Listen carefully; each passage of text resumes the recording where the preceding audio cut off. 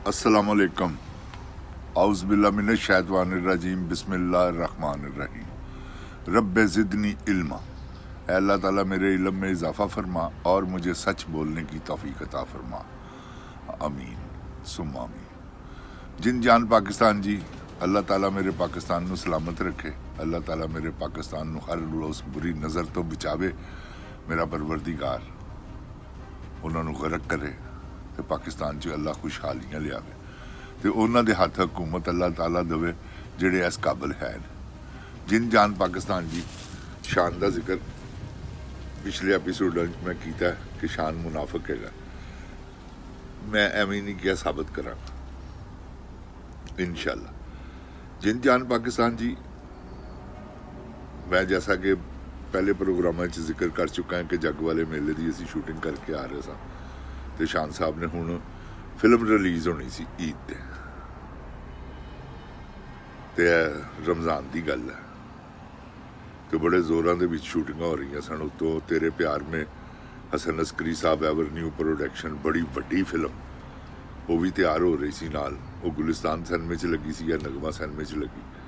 हुण उहदे मुताबिक बहुत छोटी प्रोडक्शन की फिल्म सी, लेकिन फिल्म की कहानी मजबूत सी जिहड़ी कि खराब की गई। वो मैं तुहानूं दसांगा खराब किस तरह हुई। वो जिंद जान पाकिस्तान जी, उत्थे एक माहौल ऐसा हैगा सी कि शूटिंग जिन्नी भी हो रही सी ना, वो सारी हो रही सी आउटडोर ते दुनिया बेबहा इकट्ठी हो जाती सी। वो दुनिया बेबहा इकट्ठी हो जाती सी। हुण मेरे शान साहब नाल सीन सन ते हुण उत्थे पब्लिक ने ते किसी नूं माफ़ी नहीं ना देंदी। पब्लिक ने मैनू एप्रीशिएट किया क्योंकि मैनू अल्लाह ने आवाज़ ही ऐसी दी है, खड़के दड़के ना लाऊं बोलने वाला सिलसिला अपना। तो इतफाक ऐसा हो गया जिंद जान पाकिस्तान जी, अल्लाह ताला दी मेहरबानी हुई कि बड़ियां उत्थे शूटिंग के दौरान भी क्लैपां हुई। फिल्म रिलीज़ आ गया, फिल्म का टाइम। हुण देखो परवेज़ राणा साहब, अल्लाह उन्होंने अपनी जवारे रहमत च जगह देवे। बड़े प्यारे इंसान, बड़े अच्छे डायरैक्टर। हुण होया की है कि मैं इतफाक नाल चला गया फोटो सैट देखने वास्ते। हुण फोटो सैट च मैनूं मेरियां तस्वीरां ही नहीं नज़र आ रही। पोस्टर बनया, उहदे च भी मेरी कोई तस्वीर नहीं है। मैं छोटी जिन्नी एक तस्वीर साइड ते धमाल पा रहा वा ते पिछे ढोल वाला वो जग वाला मेला।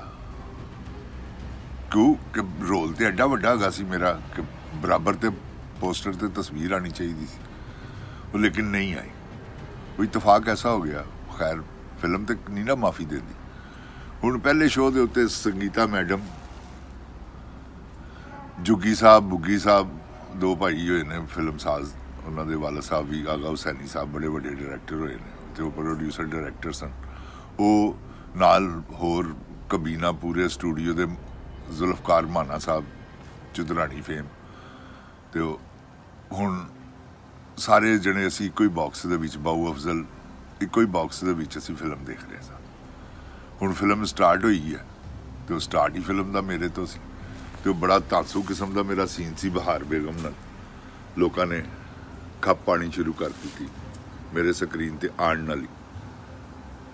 वो जिंद जान पाकिस्तान जी, मैं कोई गलत गल नहीं करांगा, अल्लाह माफ़ी देवे। लोग जिंदा ने अजे, जूनी मलिक साहब भी गए सन, वो भी जिंदा ने, वो भी पहला शो देख रहे सन। तो सारे लोग अजे, पप्पू साहब अज ही मेरी उन्होंने नाल गल हुई है, चौधरी मोहम्मद इलियास पप्पू साहब, तो फिल्म साज सन, लेकिन वो मेरी फेवर च गए सन। लेकिन वो राणा साहब के काम च नहीं सन वो बोलते। हुण क्योंकि राणा साहब ही ये सारा सिलसिला जिहड़ा सी है उन्होंने ही फोटो सैट सिलैक्ट करना है। यार बादशाह च भी मेरी कोई तस्वीर सी। हुण कास्ट लिखन का दौर खत्म हो गया है। कास्ट नहीं लिखते ना सिनेमे स्क्रीन के उत्ते कास्ट चलती, सिर्फ क्रेडिट चलते हैं। वो मेरा नाम ही नहीं, ना देसां दे राजे च कोई मेरी तस्वीर, ना पोस्टर ते तस्वीर, ते ना यार बादशाह च ऐसा ही सिलसिला। हालांकि टाइटल रोल सी मेरा शान नाल यार बादशाह, वो तो बाद च साउथ आंदा तो यार बादशाह, लेकिन मेरा पहले हाफ तक मेरा ही यार बादशाह वाला रोल सी शान। हुण इतफाक ऐसा हो गया, फिल्म लगी बॉक्स ऑफिस ते ਹੁਣ ਪੂਰੇ ਪਾਕਿਸਤਾਨ 'ਚ ਫਿਲਮ ਰਿਲੀਜ਼ ਹੋਣੀ ਸੀ, ਉਹ ਪਹਿਲਾ ਹਾਫ ਫਿਲਮ ਦਾ ਇਹੋ ਜਿਹਾ ਤਾਂਸੂ ਤੁਸੀਂ ਹੁਣ ਵੀ ਦੇਖੋ ਤੁਸੀਂ ਜੱਗ ਵਾਲਾ ਮੇਲਾ YouTube ਤੇ ਮੌਜੂਦ ਹੈ, ਤੁਸੀਂ ਦੇਖ ਲਵੋ। ਹੁਣ ਉਹਦੇ 'ਚ ਜਿਹੜੇ ਮੇਰੇ ਇੰਡੀਪੈਂਡੈਂਟ ਸੀਕਵੈਂਸ ਹੈਗੇ ਸਨ, ਉਹਨਾਂ ਨੂੰ ਕਿਉਂਕਿ ਇੱਕ ਵਾਰੀ ਕਹਿਣਾ ਹੀ ਹੁੰਦਾ, ਉਹਨਾਂ ਨੇ ਆਪ ਵੀ ਨਹੀਂ ਕਹਿਣਾ, ਸ਼ਾਨ ਨੇ ਆਪ ਥੋੜ੍ਹੀ ਕਹਿੰਦਾ, ਉਹ ਤੇ ਸੈਕਟਰੀ ਹੈਗਾ ਸੀ, ਉਹ ਹੀ ਕਾਫੀ ਸੀ।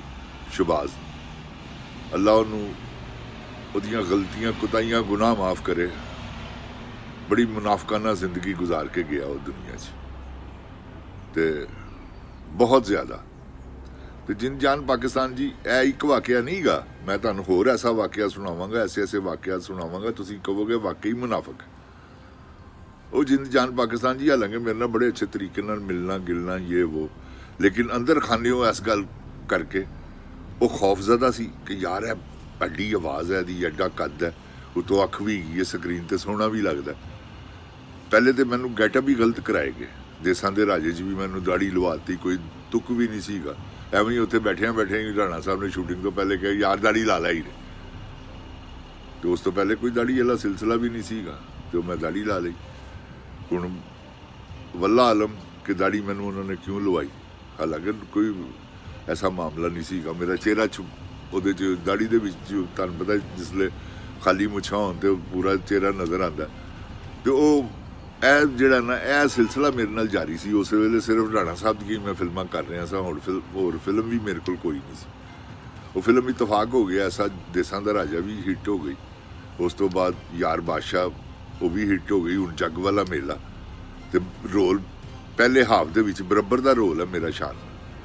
ਉਸ ਤੋਂ ਬਾਅਦ ਫਿਰ ਉਹ ਉਸ ਰੋਲ ਨੂੰ ਥੋੜ੍ਹਾ ਜਿਹਾ ਖਿੱਚਿਆ ਗਿਆ, ਉਹ ਪਾਸ਼ਾ ਸਾਹਿਬ ਨੇ ਵੀ, ਕਿਉਂਕਿ ਸ਼ਾਨ ਸਾਹਿਬ ਮੇਰੀਆਂ ਸ਼ੂਟਿੰਗਾਂ ਕਰ ਰਹੇ ਨੇ, ਪਰਵੇਜ਼ ਰਾਣਾ ਸਾਹਿਬ ਉਹਨੂੰ ਕੈਮਰਾ ਫੜਾਤਾ, ਉਹਨੇ ਕਿਹਾ ਇਸ ਤਰ੍ਹਾਂ ਕਰੋ, ਇਹ ਲੈਂਸ ਲਾਓ ਹੀਰੇ ਤੇ, ਉਹਨਾਂ ਨੇ ਕਿਹਾ ਅੱਛਾ ਗਰਮੀ ਖਾ ਕੇ ਤੂੰ ਆਪ ਹੀ ਕਰ ਲੈ, ਤੇ ਉਹ ਆਪ ਉਹਨੂੰ ਛੱਡ ਕੇ, ਤੇ ਉਹ ਲੌਂਗ ਦੇ ਵਿੱਚ ਮੈਨੂੰ ਐਕਸਪੋਜ਼ ਕਰ ਰਿਹਾ ਵਾ, ਘੋੜੇ ਦਾ ਮੂੰਹ ਆਇਆ ਹੈ ਸਕਰੀਨ ਦੇ ਉੱਤੇ, ਤੇ ਮੈਨੂੰ ਮੇਰਾ ਸ਼ਾਟ ਲੈ ਰਿਹਾ ਵਾ, ਮੈਂ ਵੀ ਦੇਖ ਰਿਹਾ, ਸਮਝਨੇ ਤੇ ਹੈ ਵਾ ਨਾ। ਹੁਣ ਮੈਨੂੰ ਪਤਾ ਸੀ, ਮੈਂ ਕਿਹਾ ਚਾਲੂ ਹੋ ਗਿਆ ਹੈ, ਹੋਰ ਕੋਈ ਗੱਲ ਨਹੀਂ, ਤੇ ਜਿੰਦ ਜਾਨ ਜੀ ਹੈ ਕੋਈ ਇੱਕ ਵਾਕਿਆ ਨਹੀਂ ਗਾ ਨਾ, ਮੈਂ ਉਹਨੂੰ ਲੈਟ ਡਾਊਨ ਕਰ ਰਿਹਾ, ਸੁਣ ਰਿਹਾ ਸਾਰਾ ਕੁਛ, ਮੇਰੇ ਪ੍ਰੋਗਰਾਮ ਦੇਖਦਾ, ਐਸਾ ਕੋਈ ਮਾਮਲਾ ਨਹੀਂ। ਉਹਨੂੰ 20 ਜਣੇ ਦੱਸਣ ਵਾਲੇ ਨੇ ਜਿਹੜੇ ਉਹਦੇ ਇਸ ਵੇਲੇ ਸਿਫਾਰਸ਼ੀ ਨੇ ਕਿ ਬਸ ਕਰੋ ਹੀਰਾ ਸਾਹਿਬ, ਤੁਹਾਡੀ ਮਿਹਰਬਾਨੀ, ਅੱਗੇ ਫਿਲਮ ਇੰਡਸਟਰੀ ਦਾ ਬੇੜਾ ਗਰਕ ਹੋਇਆ ਹੈ। ਮੈਂ ਕਿਹਾ ਕਰਨ ਵਾਲਾ ਹੀ ਹੈ ਵਾ, ਜਿਸਲੇ ਮੈਂ ਉਹਨਾਂ ਨੂੰ ਇਹ ਗੱਲ ਕਹਿਣਾ, ਉਹ ਜਵਾਬ ਹੀ ਨਹੀਂ ਮੈਨੂੰ ਅੱਗੋਂ ਦੇ ਸਕਦੇ, ਕਿਉਂਕਿ ਮੈਂ ਤਾਂ ਸੱਚ ਬੋਲ ਰਿਹਾ। ਇਹਨੇ ਫਿਲਮ ਇੰਡਸਟਰੀ ਨੂੰ ਬੰਦ ਕਰਵਾਉਣ 'ਚ ਰਾਈ ਸਾਹਿਬ ਤੇ ਕਹਿ ਗਏ ਸਨ ਨਾ ਕਿ ਤਾਲੇ ਲੱਗ ਜਾਣਗੇ, ਉਹ ਇਹ ਤਾਲੇ ਇਹਨੇ ਹਕੀਕਤ 'ਚ ਲਵਾਤੇ, ਹਾਲਾਂਕਿ ਹਿੱਟ ਹੋ ਗਿਆ ਸੀ, ਲੋਕੀ ਇਹਨੂੰ ਬਰਦਾਸ਼ਤ ਕਰਦੇ ਸਨ ਕਿ ਯਾਰ ਨਹੀਂ ਠੀਕ ਹੈ, ਕੰਮ ਵੀ ਸੋਹਣਾ ਕਰਦਾ, ਇਹਦੇ 'ਚ ਕੋਈ ਕਿਸੇ ਕਿਸਮ ਦਾ ਸ਼ੱਕ ਨਹੀਂ, ਪੱਕਾ ਐਕਟਰ ਹੈ। ਤੇ ਕੀ ਹੈ, ਮੁਨਾਫਕਤ ਹੈਗੀ ਸੀ ਕਿ ਯਾਰ ਮੈਂ ਕਿਸੇ ਤਰੀਕੇ ਨਾਲ ਬੰਦ ਕਰਵਾਵਾਂ ਇੰਡਸਟਰੀ, ਕਿਉਂਕਿ ਆਪ ਤੇ ਉਹ ਅਰਬਪਤੀ ਆਦਮੀ ਹੈ, ਉਹਨੂੰ ਕੀ ਫਰਕ ਪੈਂਦਾ ਕਿ ਕਿਸੇ ਦੇ ਘਰ ਰੋਟੀ ਪੱਕ ਹੈਗੀ ਹੈ ਕਿ ਨਹੀਂ। ਰਾਈ ਸਾਹਿਬ ਇਸ ਗੱਲ ਦਾ ਅਹਿਸਾਸ ਕਰਦੇ ਸਨ, ਯੂਸਫ ਖਾਨ ਸਾਹਿਬ ਵੀ ਕਰਨ ਵਾਲੇ ਸਨ, ਸਭ ਜਿੰਨੇ ਐਕਟਰ ਹੋਏ ਨੇ ਅਹਿਸਾਸ ਇਹ ਇੱਕ ਬੇਹਿੱਸ ਆਦਮੀ ਆਇਆ ਵਿੱਚੋਂ, ਕਿਸੇ ਹੋਰ ਕੋਲੋਂ ਵੀ ਤੁਸੀਂ ਪੁੱਛੋਗੇ ਤੇ ਤੁਹਾਨੂੰ ਇਹੀ ਕਹਿਣਗੇ। ਤੁਸੀਂ ਇਹ ਅੱਛੀ ਖਾਨ ਸਾਹਿਬ ਦਾ ਇੰਟਰਵਿਊ ਮੈਂ ਉਸ ਦਿਨ ਸਿਰਫ ਉਹਦੀ ਹੈਡਲਾਈਨ ਨਹੀਂ ਪੜ੍ਹੀ ਹੈ ਕਿ ਸ਼ਾਨ ਨੇ ਔਰ ਮੁਹੰਮਦ ਰਾਣਾ ਨੇ ਫਿਲਮ ਇੰਡਸਟਰੀ ਨੂੰ ਬੰਦ ਕਰਾ ਦਿੱਤਾ, ਤੇ ਇਹਦੇ ਜਿੰਦ ਜਾਨ ਦੀ ਕੋਈ ਸ਼ੱਕ ਵੀ ਨਹੀਂ ਗਾ। ਮੰਮੀ ਸਾਹਿਬ ਨੇ ਵੀ ਕੋਈ ਦਿਲ ਨਾਲ ਕੰਮ ਨਹੀਂ ਕੀਤਾ, ਉਹ ਵੀ ਦਿਹਾੜੀ ਲਾਉਂਦੇ ਰਹੇ ਨੇ ਆ ਕੇ। ਇਹ ਕੰਮ ਹੈਗਾ ਲਗਨ ਨਾਲ, ਸ਼ੌਕ ਨਾਲ ਕਰਨ ਵਾਲਾ। ये अमन ਦੀ ਸ਼ੂਟਿੰਗ ਸੀ, ਆਗਾ ਤਾਲਿਸ਼ ਸਾਹਿਬ ਨੇ ਇਹ ਗੱਲ ਮੈਨੂੰ ਸੁਣਾਈ ਹੈ, ਮੇਰੇ ਉਸਤਾਦ ਹੈਗੇ, ਕਹਿੰਦੇ रियाज शाही साहब ने और मेरा पापा अलाउद्दीन का सीन था वो, जहाँ पे फिल्म शायद तुसी देखी होवे, ये अमन लाश लैके आते ने पापा जी संगीता दी आगा तालिश कोल, ते आगा तालिश साहब नाल ਇਹ सीन हैगा सी। ਇਹ ਹੁੰਦੇ ਨੇ डायरैक्टर, उन्होंने ਕਿਹਾ ਸੀਨ ਉਹ ਪੜ੍ਹਿਆ, ਉਹ ਪਾਪਾ ਜੀ ਨੇ, ਉਹ ਦੋਵਾਂ ਨੇ ਆਪਸ ਦੇ ਵਿੱਚ ਯਾਰ ਵੀ ਬੜੇ ਸਨ, ਪਾਪਾ ਅਲਾਉਦੀਨ ਤੇ ਆਗਾ ਤਾਲਿਸ਼। ਉਹਨਾਂ ਨੇ ਸੀਨ ਨੂੰ ਯੂਦ ਕੀਤਾ, ਯਾਦ ਕਰਕੇ ਤੇ ਉਹਨਾਂ ਨੇ ਕਿਹਾ,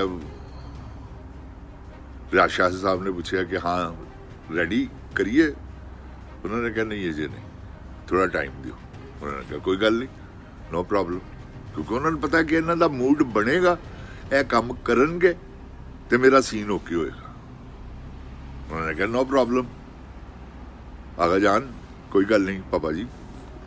ਉਹ ਯਕੀਨ ਕਰੋ ਆਗਾ ਸਾਹਿਬ ਨੇ ਮੈਨੂੰ ਕਿਹਾ ਸੀ 4 ਘੰਟੇ ਉਹ ਸੀਨ ਯਾਦ ਕਰਦੇ ਰਹੇ ਤੇ 4 ਘੰਟਿਆਂ ਬਾਅਦ ਜਿਸਲੇ ਅਸੀਂ ਉਹ ਸੀਨ ਕੀਤਾ ਨਾ ਤੇ ਸਾਰੇ ਹਰ ਬੰਦਾ ਕਲੈਪ ਵੀ ਦੇ ਰਿਹਾ ਸੀ ਤੇ ਕਈਆਂ ਦੀਆਂ ਅੱਖਾਂ 'ਚ ਅਥਰੂ ਵੀ ਸਨ। ਤੁਸੀਂ ਉਹ ਸੀਨ ਦੇਖੋ, ਅੱਜ ਵੀ ਸੰਗੀਤਾ ਬੇਗਮ ਦੀ ਲਾਸ਼ ਲੈ ਕੇ ਆਉਂਦੇ ਨੇ ਪਾਪਾ ਜੀ, ਤੇ ਉਹ ਆਗਾ ਤਾਲਿਸ਼ ਦੀ ਬੇਟੀ ਹੈ ਤੇ ਜ਼ੁਲਮ ਦਾ ਸ਼ਿਕਾਰ ਹੋਈ ਹੈ। ਡੋਗਰਾ ਫੌਜ ਜਿਹੜੀ ਕਿ ਇੰਡੀਆ ਦੇ ਜਿਨ੍ਹਾਂ ਨੇ ਕਬਜ਼ਾ ਕੀਤਾ ਉਹਦੇ ਤੇ, ਇੰਡੀਆ ਵਾਲੇ ਕਸ਼ਮੀਰ ਤੇ, ਮਕਬੂਜ਼ਾ ਕਸ਼ਮੀਰ ਤੇ, ਤੇ ਜਿੰਦ ਜਾਨ ਪਾਕਿਸਤਾਨ ਜੀ, ਅੱਲਾਹ ਤਾਲਾ ਮਾਫ ਕਰੇ, ਪਰਵਰਦੀਗਾਰ ਆਲਮ ਹੈ। ਤੁਹਾਨੂੰ ਅੱਗੋਂ ਉਹ ਤੁਹਾਨੂੰ ਸੁਣਾਵਾਂਗਾ ਜਿਸਲੇ ਫਿਲਮ ਚੱਲੀ ਤੇ ਇੰਟਰਵਿਲ ਦੇ ਉੱਤੇ, ਕਿਉਂਕਿ ਇੰਟਰਵਿਲ ਤੱਕ ਤਾਂ ਬੜੀ ਧਾਂਸੂ ਕਿਸਮ ਦੀ ਫਿਲਮ ਸੀ।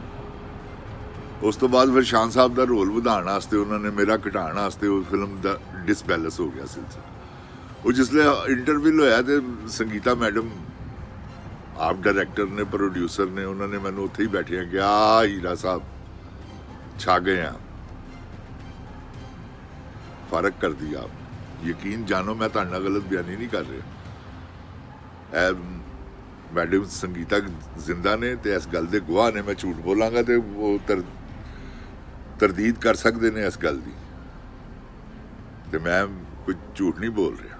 ਸਾਰਿਆਂ ਨੇ ਸੈਕਿੰਡ ਹਾਫ ਜਿਸਲੇ ਚੱਲਿਆ ਨਾ ਫਿਲਮ ਦਾ ਨਕਸ਼ਾ ਹੀ ਬਦਲ ਗਿਆ। ਉਹ ਪਾਸ਼ਾ ਸਾਹਿਬ ਅੱਲਾ ਉਹਨਾਂ ਨੂੰ ਹਯਾਤੀ ਦੇਵੇ, ਸਿਹਤ ਤੰਦਰੁਸਤੀ ਦੇਵੇ, ਇਸ ਗੱਲ ਦੇ ਗਵਾਹ ਗਏ ਨੇ, ਕਿਉਂਕਿ ਮੇਰੀਆਂ ਸਵੀਪਾਂ ਦੇ ਵਿੱਚ